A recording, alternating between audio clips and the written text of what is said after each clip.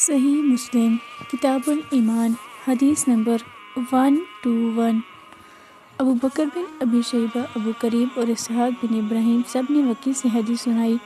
ابو بکر نے کہا، وکیع نے ہمیں زکریا بن اسحاق سے حدیث سنائی۔ انہوں نے کہا، مجھے یحییٰ بن عبداللہ بن صافی نے ابو معبد سے حدیث سنائی۔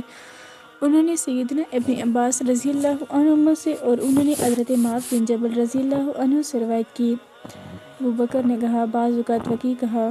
ابن عباس رضی اللہ عنہما سے مروی ہے کہ حضرت معاذ رضی اللہ عنہ نے کہا، مجھے رسول اللہ صلی اللہ علیہ وآلہ وسلم نے بھیجا اور فرمایا، تم اہل کتاب کی قوم کے پاس جا رہے ہو، انہیں اس کی گواہی دینے کی دعوت دو کہ اللہ کے سوا کوئی معبود نہیں اور میں اللہ کا رسول ہوں۔ اگر وہ اس میں تمہاری اطاعت کریں تو انہیں بتانا کہ اللہ تعالیٰ نے ان پر ہر دن رات میں 5 نمازیں فرض کی ہیں۔ اگر وہ اسے مان لیں تو انہیں بتانا کہ اللہ تعالیٰ نے ان پر صدقہ زکوٰۃ فرض کیا ہے، جو ان کے مالدار لوگوں سے لیا جائے گا اور ان کے محتاجوں کو واپس کیا جائے گا۔ پھر اگر وہ اس بات کو قبول کر لیں تو ان کی بہترین مالوں سے احتراز کرنا، زکوٰۃ میں سب سے اچھا مال وصول نہ کرنا اور مظلوم کی بد دعا سے بچنا، کیونکہ اس بد دعا کے اور اللہ کے درمیان کوئی حجاب نہیں۔ صحیح مسلم کتاب الایمان حدیث نمبر 122۔ بشر بن سری اور ابو عاصم نے زکریا بن اسحاق سے خبر دی کہ یحییٰ بن عبداللہ بن صافی نے ابو معبد سے اور انہوں نے حضرت ابن عباس رضی اللہ عنہما سے روایت کی کہ نبی صلی اللہ علیہ وآلہ وسلم نے جناب معاذ رضی اللہ عنہ کو یمن کی طرف بھیجا تو فرمایا، تم کچھ لوگوں کے پاس پہنچو گے۔ آگے وکیع کی حدیث کی طرح ہے۔ صحیح مسلم کتاب الایمان حدیث نمبر 123۔ اسماعیل بن امیہ نے یحییٰ بن عبداللہ بن صافی سے، انہوں نے ابو معبد سے اور انہوں نے حضرت ابن عباس رضی اللہ عنہما سے روایت کی، جب رسول اللہ صلی اللہ علیہ وآلہ وسلم نے معاذ رضی اللہ عنہ کو یمن بھیجا تو فرمایا، تم ایک قوم کے پاس جاؤ گے جو اہل کتاب ہیں، تو سب سے پہلی بات جس کی طرف تم ان کو دعوت دینی ہے اللہ تعالیٰ کی عبادت ہے۔ جب وہ اللہ کو پہچان لے تو انہیں بتانا کہ اللہ تعالیٰ نے ان کے دن اور رات میں ان پر 5 نمازیں فرض کی ہیں۔ جب وہ اس پر عمل پیرا ہو جائیں تو انہیں بتانا کہ اللہ تعالیٰ نے ان پر زکوٰۃ فرض کی ہے، جو ان کے مالداروں کے اموال سے لے کر ان کے فقراء کو دی جائے گی۔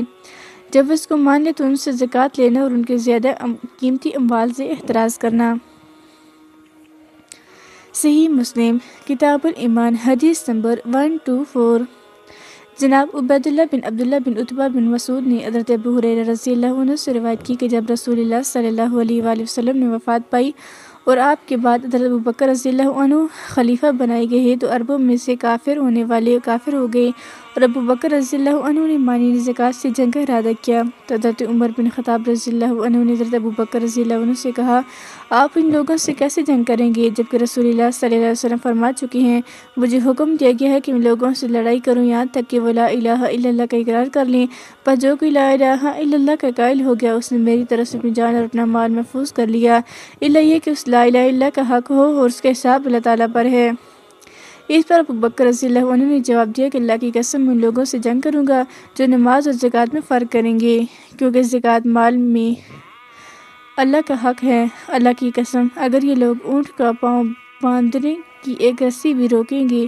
جو وہ رسول اللہ صلی اللہ علیہ وسلم کو دیا کرتے تھے تو میں اس کے روکنے پر بھی ان سے جنگ کروں گا۔ اس پر حضرت عمر رضی اللہ عنہ نے کہا تھا، اللہ کی قسم اصل بات اس کے سوا اور کچھ نہیں کہ میں نے دیکھا اللہ تعالیٰ نے حضرت ابو بکر رضی اللہ عنہ کا سینہ جنگ کے لیے کھول دیا تو میں جان گیا کہ حق یہی ہے۔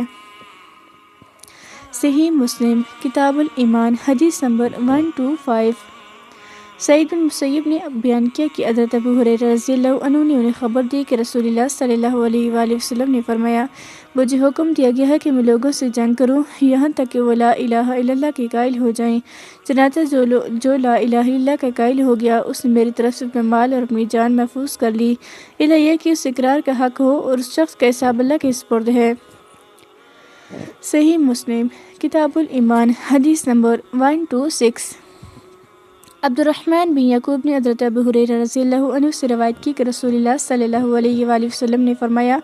مجھے حکم دیا گیا ہے کہ میں لوگوں سے جنگ کروں یہاں تک کہ وہ لا الہ الا اللہ کی شہادت دیں اور مجھ پر اور دین میں لے کر آیا ہوں اور جو میں دین میں لے کر آیا ہوں اس پر ایمان لے آئیں۔ چنانچہ جب وہ ایسا کر لیں تو انہوں نے میری طرف سے اپنی جان و مال کو محفوظ کر لیا، الہی کہ اس شہادت کا حق ہو اور اس کا حساب اللہ کے سپرد ہے۔ صحیح مسلم کتاب الایمان حدیث نمبر 127۔ عامش نے ابو سفیان سے، انہوں نے حضرت جابر رضی اللہ عنہ سے، نیز عامش ہی نے ابو صالح سے، اور انہوں نے حضرت ابو ہریرہ رضی اللہ عنہ سے روایت کی۔ جابر اور ابو ہریرہ رضی اللہ عنہما نے دونوں نے کہا کہ رسول اللہ صلی اللہ علیہ وآلہ وسلم نے فرمایا، مجھے لوگوں سے جنگ کرنے کا حکم ملا ہے، سعید بن مسیب کی حدیث کی طرح جو انہوں نے حضرت ابو ہریرہ رضی اللہ عنہ سے روایت کی ہے۔ صحیح مسلم کتاب الایمان حدیث نمبر 128۔ ابو زبیر نے حضرت جابر رضی اللہ عنہ سے روایت کی کہ رسول اللہ صلی اللہ علیہ وآلہ وسلم نے فرمایا، مجھے حکم دیا گیا ہے کہ میں لوگوں سے لڑوں یہاں تک کہ وہ لا الہ الا اللہ کے قائل ہو جائیں۔ جب وہ لا الہ الا اللہ کے قائل ہو جائیں تو انہوں نے میری طرف سے اپنا خون اور اپنا مال محفوظ کر لیا، الہی کہ اس کلمے کے حق کا تقاضا ہو اور ان کا حساب اللہ کے سپرد ہے۔ پھر آپ نے یہ آیت تلاوت فرمائی، آپ نے تو بس نصیحت کرنے والے ہیں، آپ ان پر زبردستی کرنے والے نہیں۔ صحیح مسلم کتاب الایمان حدیث نمبر 129۔ حضرت عبداللہ بن عمر رضی اللہ عنہ سے روایت ہے کہ رسول اللہ صلی اللہ علیہ وسلم نے فرمایا، مجھے حکم دیا گیا ہے کہ میں لوگوں سے جنگ کروں یہاں تک کہ وہ اس حقیقت کی شہادت دے کہ اللہ کے سوا کوئی معبود نہیں اور محمد رسول اللہ صلی اللہ علیہ وسلم اللہ کے رسول ہیں، اور نماز قائم کر زکوٰۃ ادا کریں۔ جب وہ یہ سب کچھ کرنے لگیں تو وہ میری طرف سے اپنا خون، جان اور مال محفوظ کر لیں گے سوائے اسلام کے حق کے، اور ان کے حساب اللہ پر ہوگا۔ صحیح مسلم کتاب الایمان حدیث نمبر 130۔ مروان فزاری نے ابو مالک سعد بن طارق اشجعی سے حدیث سنائی، انہوں نے اپنے والد طارق بن حشیم سے روایت کی۔ انہوں نے کہا کہ میں نے رسول اللہ صلی اللہ علیہ وآلہ وسلم کو یہ فرماتے ہوئے سنا، جس نے لا الہ الا اللہ کہا اور اللہ کے سوا جن کی بندگی کی جاتی ہے ان سب کا انکار کیا تو اس کا مال و جان محفوظ ہو گیا اور اس کا حساب اللہ پر ہے۔